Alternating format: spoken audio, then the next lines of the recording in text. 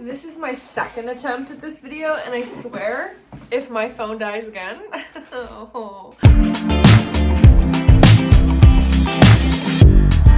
Hi, welcome to my channel. If you don't know me, my name's Abby Mack. I'm a 21-year-old singer-songwriter from Nova Scotia, Canada. Make sure to subscribe. We post new videos every single Tuesday at 3 p.m. Atlantic time or 2 p.m. Eastern time. Let's get into today's video. I'm gonna get a little bit heated. I'm not gonna lie. I'm gonna get a little bit heated, but it's okay. You see it in the title. I got a hate comment. So I have been doing this job for over a year now. I've been doing it on TikTok mostly, just started YouTube and Instagram a few months ago, and I'm growing that slowly, but TikTok has been my main social media focus for a long time. When I started releasing music, when I started this as my full-time job, I knew inevitably there would be hate comments who didn't support me, and I was so okay with that. But I made a rule for myself. I did not and do not engage with hate comments at all. I don't engage because personally for my mental health, I try not to look at them, but I'm an indie artist, let's be real. I look at every single comment and I do see hate comments and I don't respond because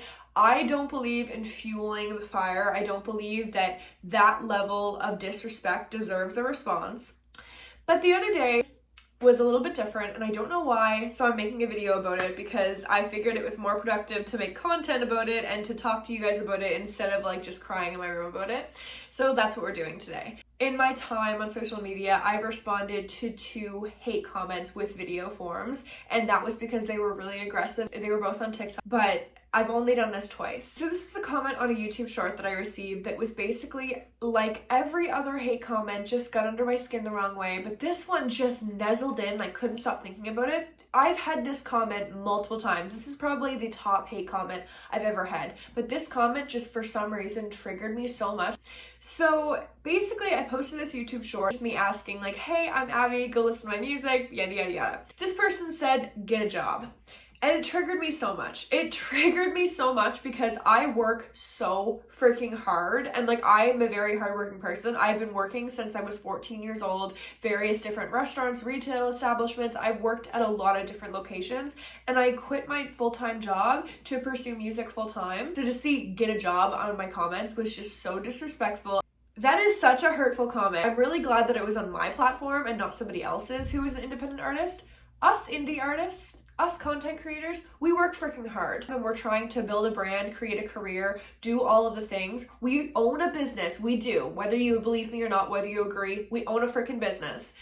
We work a lot, we work really hard. So I wanted to say that there's a lot that goes into being an independent artist. There's a lot that goes into being an artist in general, but when you are independent and you don't have anybody backing you up, there's a lot of hats, jobs, responsibilities that go along with that. There's a lot of prep work, there's a lot of responsibility, there's a lot that goes into it. So today, finally getting into today's video, I wanted to share the top 6 hats, roles, responsibilities, jobs, etc. I don't know the right lingo here, but I'm just gonna put them all on the screen that go into being an indie artist that you probably don't know. Number 1, marketing. Marketing is such a huge part of being an artist, huge part of being a content creator. You have to post on social media. Social medias that I personally chose to post on were TikTok, Instagram, YouTube. When I tell you, there's a lot that goes into posting. I literally, like, I'm sitting behind my work schedule and my posting schedule, and y'all have the audacity to say I don't have a job, but anyway, it's fine. When it comes to posting and social media and marketing, you have to be consistent and you have to be different for each algorithm that you're choosing. There's a lot that goes into it. You have to have a posting schedule, you have to be consistent, you have to figure out what types of content you want to create, you have to figure out what brand colors you want to be, you have to figure out what you want to say, what you want to do. I do a lot of content that people don't see. It takes hours upon hours of my day. Marketing is a huge part, and social media is just a small part of marketing. Also for marketing, you have to go to networking events a lot of the time. Marketing is a huge, huge thing, and I just touched on the very surface of it. There's a lot that goes into it. I could make a whole video on marketing. Number 2, this might sound similar, but I assure you it's a completely different thing, completely different ballgame.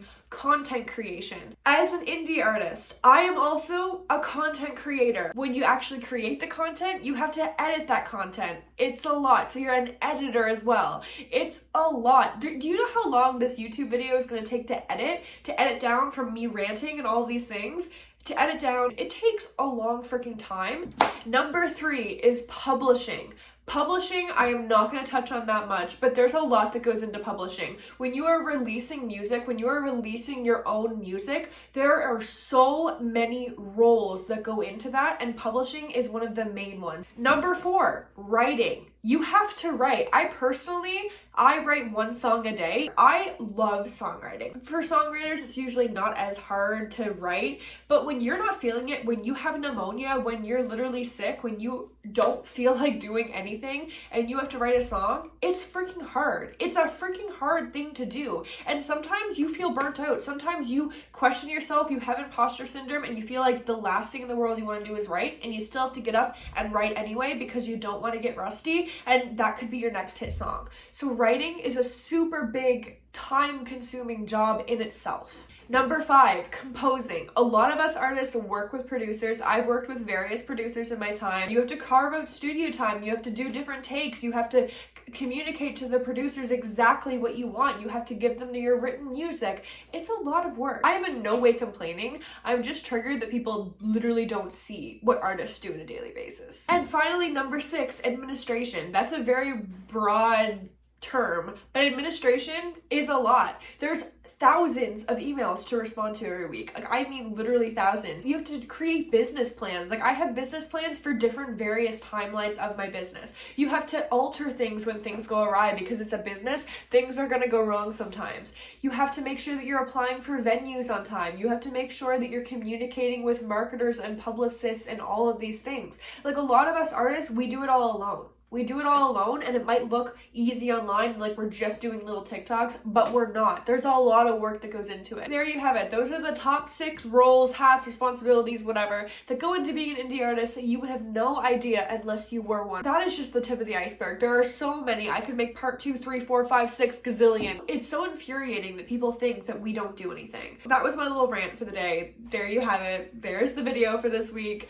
Make sure to subscribe. Thank you guys so much. Remember, we post new videos on here every Tuesday. Make sure to subscribe. Go follow my other social medias, and I will see you next week. Okay.